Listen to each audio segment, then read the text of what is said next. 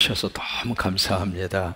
찬양까지도 해주시고 가서 전부 치고 또 치지고 볶고 하셔야 되는데 너무 감사합니다. 여러분 박수 한번 해주셔요. 네, 고맙습니다. 이제 우리가 요나서를 지금 함께 만나고 있죠. 요나라고 하는 인물은 추상적인 인물이 아니라 실제적인 역사적인 인물이다. 왜 그럴까? 예수님께서 이미 요나서에 대한 말씀을 언급을 하셨고, 그래서 그냥 머릿속에서 나온 상상의 인물이고 꾸며진 소설이 아니라 구체적으로 역사 속에서 있었던 하나의 사건이라고 하는 것을 기억하시고 요나서에 들어가셔야 됩니다. 두 번째는 요나서가 품고 있는 그 내용은 선교적인 마인드를 하나님이 새롭게 넓혀주시는 거예요. 뭐냐면 요나가 생각하는 하나님, 그 하나님 자체가 잘못된 건 아닙니다. 그러나 왜 하나님이 요나서를 우리에게 주셨을까? 요나는 하나님의 세 가지 명령을 받아요. 그것이 요나서 1장 2절입니다. 첫째는 일어나라. 그 얘기는 뭐냐면 그때까지 요나가 이제 앉아 있었기 때문에 rise up, 일어나라, 그 말씀을 하신 거죠. 두 번째는 니느웨로 가라. 구체적으로 가야 할 그 방향과 구체적으로 가야 할 타켓을 하나님이 말씀을 하십니다. 막연히 일어나서 그냥 가라 그렇게 말씀하신 것이 아니라 구체적인 그가 가야 할 목적지를 분명히 하나님의 제시를 하셨어요. 그래서 니느웨로 가라. 그리고 세 번째는 내가 너에게 준 말을 전파해라. 세 가지입니다. 그러면 그 말씀을 요나가 들었을 때 요나는 두 가지 생각이 들었어요. 첫째는 하나님이 제시하시는 그 니느웨라고 하는 그 장소에 대한 자기 생각입니다. 자기가 봤을 때는 니느웨라고 하는 것이 바벨론의 수도였거든요. 바벨론은 이스라엘의 역사 속에서 참 지울 수 없는 악연 중에 악연입니다. 계속해서 괴롭혔고 힘들게 했고, 근데 그 수도에 가서 복음을 전하라. 첫째는 그게 싫었어요. 하나님 차라리 다른 데로 보내세요. 나 얼마든지 갈 터이니까. 나를 아프리카로 보내시든 몽골로 보내시든 네팔로 보내시든 하나님 다른 데 가라면 얼마든지 가겠어요. 그러나 하나님 일본만은 안 돼요. 일본은요 그냥 폭삭 가라앉아 버려야 그럴 나라이지, 그 나라 가서 예수 믿도록 증거하고 선교하고 하나님 나 그건 싫습니다. 하나님 다른 곳에 가라면 얼마든지 가겠어요. 그러나 북한, 왜 북한에 갑니까? 우리에게 얼마나 많은 고통과 아픔을 주었는데 거기는 완전히 그냥 못 먹고 못 살고 그래서 폭삭 망해버릴 나라여야 되지, 나 거기 가기 싫어요. 그게 요나의 마인드예요. 요나의 생각이에요. 요나만 그런가? 우리도 똑같아요. 우리들에게도 그런 요소가 있습니다. 우리가 구체적으로 지적하지 않아서 그러지 우리 마음속에 나름대로의 생각하는 니느웨가 있어요. 저 사람 절대로 교회 오면 안 돼. 그런 사람 있을까요? 없을까요? 있을 수 있어요. 다른 사람 다 예수 믿어도 좋지만 저 사람, 저 인간은 예수 믿으면 안 돼. 그냥 저렇게 살다가 지옥으로 가든지 어디로 가든지 그래야지. 그래서 그런 이야기 하잖아요. 내 눈에 흙이 돌아올 때까지 두고 보자. 당신은 예수 믿으면 안 돼. 그런 사람이 없어야 좋겠는데 요나의 마음속에 니느웨가 있는 것처럼 우리들에게도 그런 대상이 있단 말이에요. 그런데 하나님은 구체적으로 그 대상을 지목을 하면서 그에게 가라고 하는 거예요. 그리고 두 번째, 요나의 마음속에 뭐가 있느냐면 요나는 하나님에 대한 믿음이 아주 추천한 사람이에요. 왜? 거기 가서 말씀대로 증거하면 말씀대로 역사하시는 분이 하나님이라고 하는 사실을 분명히 믿었어요. 그러면 가서 증거하면 이 설교 듣고 끝난다 생각 안 했어요. 가서 설교하면 설교 속에 역사가 나타날 것이다. 설교 후에 하나님의 능력이 나타날 것이다. 저는 이 요나의 이 모습을 보면서 오늘날 설교자가 그 마음이 있어야 되겠구나, 그 생각이 들었어요. 말씀대로 외치면 하나님이 역사하신다. 말씀대로 외치면 하나님의 능력이 나타난다. 그것을 요나는 믿었던 거예요. 그래서 가서 증거하면 그들이 회개할 것이고, 회개하면 하나님이 뜻을 돌이키실 것이고, 그래서 이 하나님이 눈의 백성들을 살려내실 것이다. 그 하나님의 속성을 요나는 정확하게 알고 있었던 거예요. 그래서 가기 싫었어요. 싫은 것으로 끝난 것이 아니라 생각한 것을 요나는 행동으로 옮겨요. 그래서 구체적으로 니느웨하고 정반대, 다시스 정반대거든요. 그 방향으로 향하여 배를 타고 가요. 가는 것은 자유죠. 가는 것은 선택이에요. 그런데 그 자유와 선택 앞에 하나님이 브레이크를 거는 거예요. 우리 인생도 마찬가지입니다. 내가 이걸 선택할 수 있는 것 누가 뭐라고 그래요? 선택할 수 있어요. 내가 얼마든지 선택하고요. 왜? 그게 하나님이 주신 프리윌, 자유의 의지거든요. 자유권을 가지고 우리가 행동하고 말할 수 있습니다. 그런데 거기에 대해서 하나님의 뜻을 거역하면 하나님이 브레이크를 걸어와요. 그래서 결국 요나가 탄 배가 풍랑을 만납니다. 풍랑을 만나서 배가 거의 깨질 지경이 됐어요. 지난주 우리 살펴봤잖아요. 깨졌어요. 깨질 뻔했어요. 깨질 뻔한 거예요. 깨진 거 아니에요. 그러니까 우리가 깨졌다고 생각하고 이제 끝났다고 생각할 수 있는 가능성이 있잖아요. 뭐가 이렇게 흔들어요. 고난이 오고 아픔이 오고. 그러다 보면 다 모든 것이 다 끝난 것 같아요. 끝날 뻔했지 끝난 게 아니에요. 그 배가 박살난 게 아니잖아요. 그리고 나서 오늘 본문의 말씀이 시작이 돼요. 어떻게 시작이 되고 있는가? 6절에 보시면은, 5절에 보시면 사공들이 첫 번째 갖는 그들의 정신적인 상태, 두려움에 휩싸입니다. 왜요? 누구든지 이 상황이라면 두려움 속에 휘둘릴 밖에 없잖아요. 두려움에 휩쓸려서 그들이 선택한 방법, 각각 자기들의 신을 불러요. 두 가지로 선택을 해요. 첫째로 자신들이 믿는 신에게 부탁을 합니다. 살려달라고. 그게 인간입니다. 사람이 강한 것 같아도 어떤 사건과 절박한 문제 앞에 만나면 절대자를 의지할 수밖에 없어요. 그것이 바로 모든 종교의 출발입니다. 이 두려움 속에서 어떻게 해요? 가만히 있을 수도 없잖아요. 사람이 목숨의 경각에 달려있으면 목숨 외에는 아무것도 생각 안 해요. 그러다 보니까 자신들이 섬기는 신에게 부탁을 해요. 살려달라고. 그 당연한 그런 현상이죠. 두 번째, 자신들이 할 수 있는 일을 합니다. 그 일이 바로 뭐냐면 배 안에 있는 짐을 가볍게 해요. 그 무게 때문에 이 배라고 하는 것은 가장 중요한 중심축이 있잖아요. 배가 이렇게 출렁출렁이다가 가운데 이렇게 복원력이라고 하는 게 있잖아요. 세월호 사건 때 많이 들었던 말이잖아요. 그 복원력, 가장 중요한 무게의 중심축에 저게 있어서 그게 제대로 이렇게 잡혀져 있으면 복원력이 있어서 흔들흔들 하다가도 뒤집혀지진 않거든요. 왜? 무게 중심이 한쪽으로 쏠리지 않도록 가운데 잡아주니까. 그래서 배를 만들 때에는 어떻게 하느냐고요? 저도 배를 만들어 봤어요. 3년 동안이나 아프리카의 배 공사를 가만히 들으면서 이렇게 뭐 대충 해서 되는 게 아니더라고요. 그래서 밑에다가 시멘으로 해가지고 완전히 밑에 부분을 무게 중심을 잡는 거예요. 그것도 부족하면 나중에 거의 다 물을 채워요. 그래서 무게 중심 축이 흔들리지 아니하도록, 그래서 이게 어느 한쪽으로 밸런스가 기울어지면 그쪽으로 확 쏠리면 배가 뒤집어 버리는 거예요. 그래서 이제 무게중심을 잡기 위해서 배 안에 있는 짐들을 다 버리게 돼요. 여러분, 그 짐이 무슨 짐이에요? 돈이잖아요, 돈.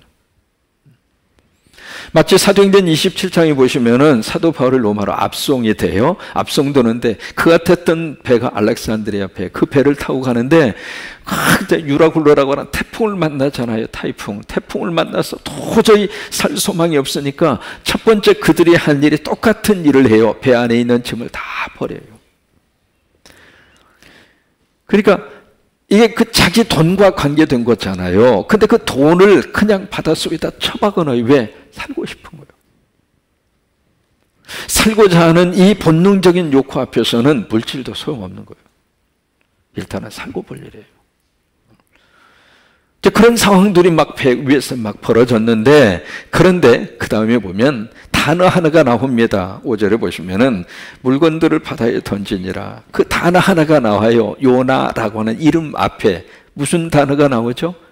그러나라고 하는 단어입니다.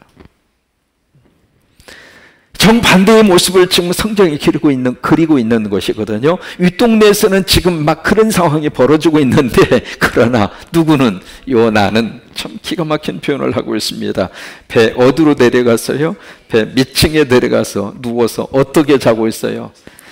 우리말 표현 좀 새롭게 했으면 좋겠습니다. 퍼질러 자빠져 자느니라.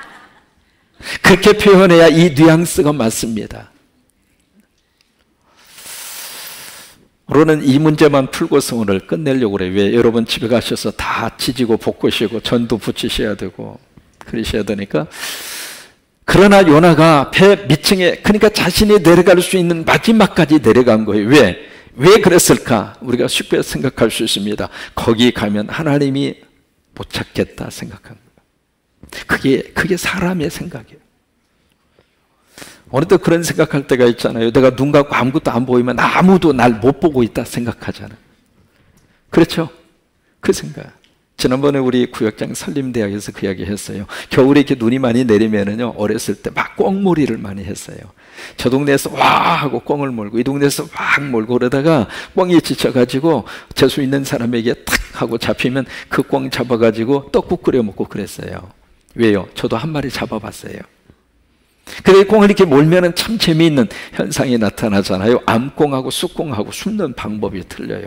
암꿩은 막 이렇게 몰잖아요. 지친 상태로 막 이렇게 가다가 조그마한 이렇게 덤불 숲 같은 데다 자신의 몸을 은폐하고 숨기는데 어떻게 하냐면 꽁무니를 뒤로 집어넣어요. 집어넣고 얼굴을 이렇게 내밀고 쳐다봐요.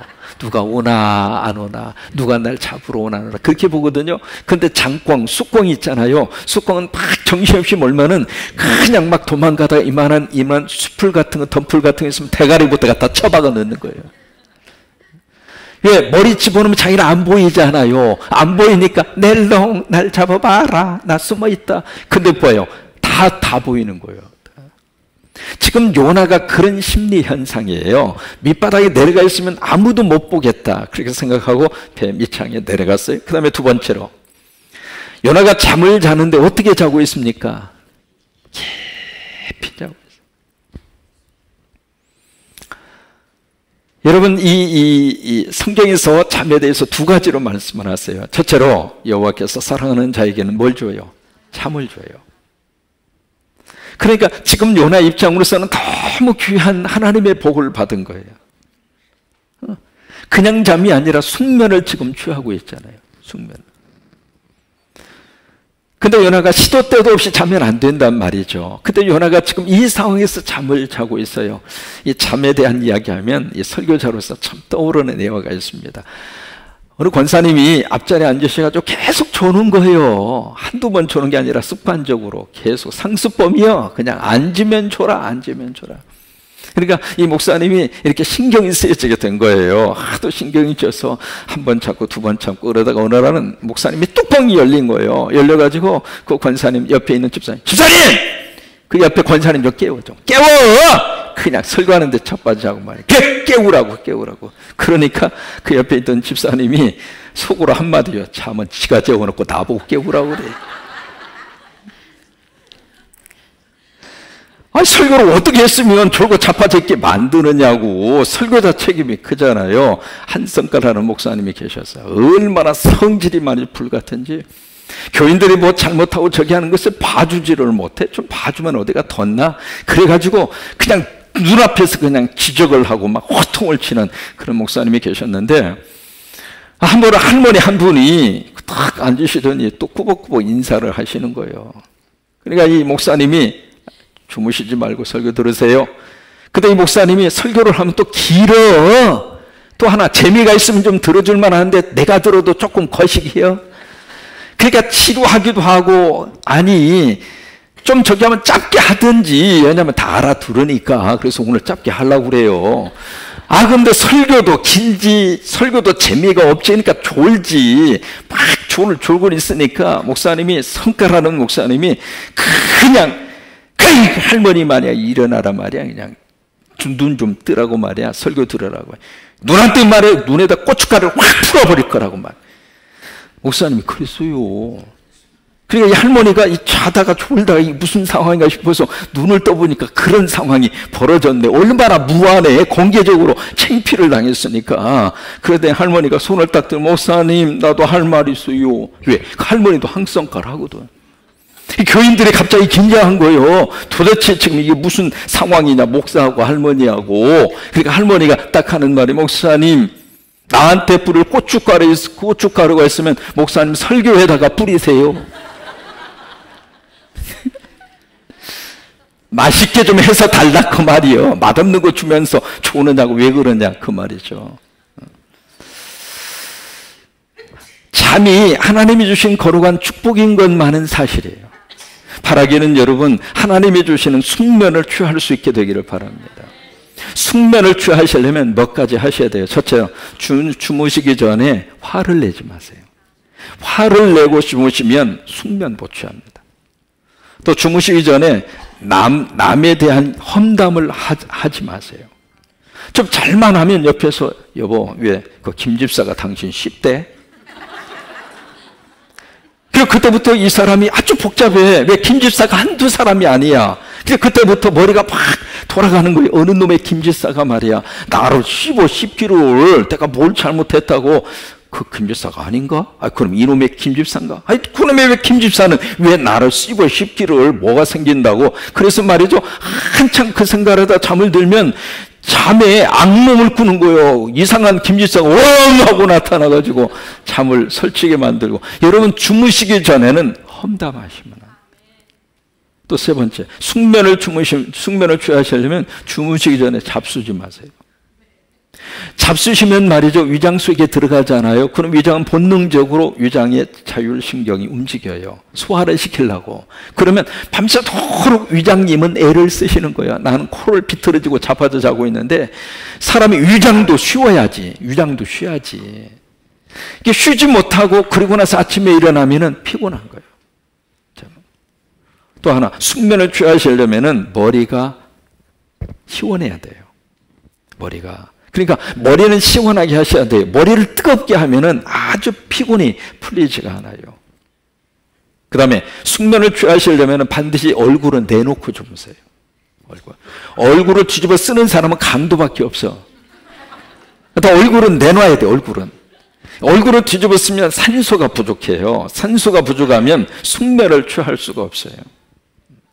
그리고 아침에 딱 일어나시잖아요. 일어나시면은 딱 일어나셔서 가장 먼저 하셔야 될 것이 기지개입니다. 기지개를 켜셔야 돼요. 가장 먼저. 자, 지금부터 하겠습니다. 지금 주무셨다고 생각하고 아침 일어나시면은 기지개를 있는 대로 크게 트셔야, 있는 대로 꽉 키셔야 돼요. 벌써 환호성이 터지잖아요. 이게 아침에 일어나자면 이거부터 하셔야 돼요. 그러니까 이거를 하시는데 어떻게 하시느냐면 위로 쫙 뻗으셔서 저 하늘에 있는 별을 따겠다 하는 생각으로 쫙 한번 뻗으셔요. 그거 하시고 그 다음에 양쪽으로 동과 서울을 내가 붙잡는다 생각하시고 이렇게 하시고 그 다음에 뒤로 뒷동네를 내가 잡는다고 생각하시고 뒤로 쫙 하시고 이거 하실 때 말이죠, 이렇게 하지 마시고 있는 대로 쫙 펴서 뒤로 이렇게 하셔요. 그래서 일어나자마자 가장 먼저 할 것이 기지개입니다. 그러면 두 번째는 손을 막 비비세요. 막 비벼가시고 이 손에 좀 열이 이렇게 나오잖아요. 또 오늘 오후에 오신 분들은 괜찮은 거. 안 왔으면 이거 못 들잖아요. 손을 막 비벼요. 비벼서 약간 뜨거워지죠. 뜨거워진 것으로 세수를 하세요. 얼굴을 세수를. 아침에 일어나자마자 그부터 하셔야 돼요. 그 다음에 세 번째로 아침 첫 마디가 그 하루를 좌우합니다. 첫 마디가. 그러니까 처음 말을 어떻게 하겠느냐에 따라서 하루에 대한 것이 달라져요. 그래서 첫 마디를 감사합니다, 고맙습니다, 사랑합니다, 행복합니다. 그 말로 하셔야 돼요. 그 말로. 그리고 나면 하루의 시작이 너무 유쾌하고 행복합니다. 여러분 잠은요, 경험주의 철학자 베이컨이 그런 이야기해요. 잠은 하나님이 주신 최고의 선물이다. 또 보세요. 모든 동물들은 잠을 통해서 휴식을 취하고 잠을 통해서 동물들은 모든 가지고 있는 스트레스를 다 풀어요. 잠이 그렇게 중요해요. 그러니까 여러분 잠은 언제 자는가? 졸리면 주무세요. 설교 듣다가도 졸리면 그냥 자빠져 자는 거예요. 그냥. 세상에 나 그렇게 잠 많은 사람 내 처음 봤어. 박장로님이라고. 그때 자기 부인이 병원에 입원을 해가지고 옆에서 간호한다고 이렇게 했다 하도 졸리니까 이분이 옆에서 이렇게 주무신 거예요. 간호하다가 말고. 그런데 뭐가 쿵 하는 소리가 난 거예요. 봤더니 자기 부인이 떨어진 거예요. 침대에서. 떨어졌는데 그 소리에 눈을 떠가지고 하는 말, 내가 떨어진 줄 알았네. 세상이 복창 터지지. 근데 아무튼 이 잠을 주시는 것은 너무 귀한 축복이에요. 너무 귀한 축복. 근데 두 번째, 성경에서 잠은 영적으로 방황하고 영적으로 나태해진 상태를 잠으로 해석하는 거예요. 지금 여기 요나는 좋은 의미에서의 잠을 자고 있는 게 아닙니다. 이 시간에 요나가 깨어 있어야지. 지금 잠잘 상황입니까? 여러분, 똑같은 케이스가 사도행전 27장에 나와요. 거기서 막 유라굴로가 막 해서 알렉산드리아 배를 거의 타고 있었던 267명이 막 죽을 지경까지 되어져 있잖아요. 그 상황에서 바울의 배 밑창이 들어가서 자고 있었는가? 안 그래요. 같은 상황을 보면서 우리는 바울이 될 것인가, 요나가 될 것인가. 그러니까 우리의 시대를 보면서 우리 대한민국이라는 이 배를 들여다보면서 요동칠 때가 있고 막 아수라장이 될 때 있고, 그렇다면 그 상황에서 교회라고 하는 요나는 무엇을 어떻게 해야 할 것인가? 예수 믿는 우리 크리스찬으로서 우리는 요나처럼 저 밑에 들어가서 나 몰라라 그럴 것인가? 아니면 바울처럼, 바울은 막 뛰어다니면서 막 위로하고 용기를 주고 그들에게 희망의 메시지를 전해주었어요. 걱정하지 말라. 내가 믿는 내가 속한 바 주님이 오래전에 나에게 나타나셔서 말씀하시기를 여기 있는 모든 사람들 절대로 생명을 잃지 아니할 것이라. 나는 나에게 말씀하신 하나님이 말씀하신 대로 나는 그대로 되리라고 믿습니다. 그러면서 안심을 그들에게 주면서 결국 배 안에 타고 있었던 모든 사람들이 다 살았어요. 요나가 될 것인가? 바울이 될 것인가?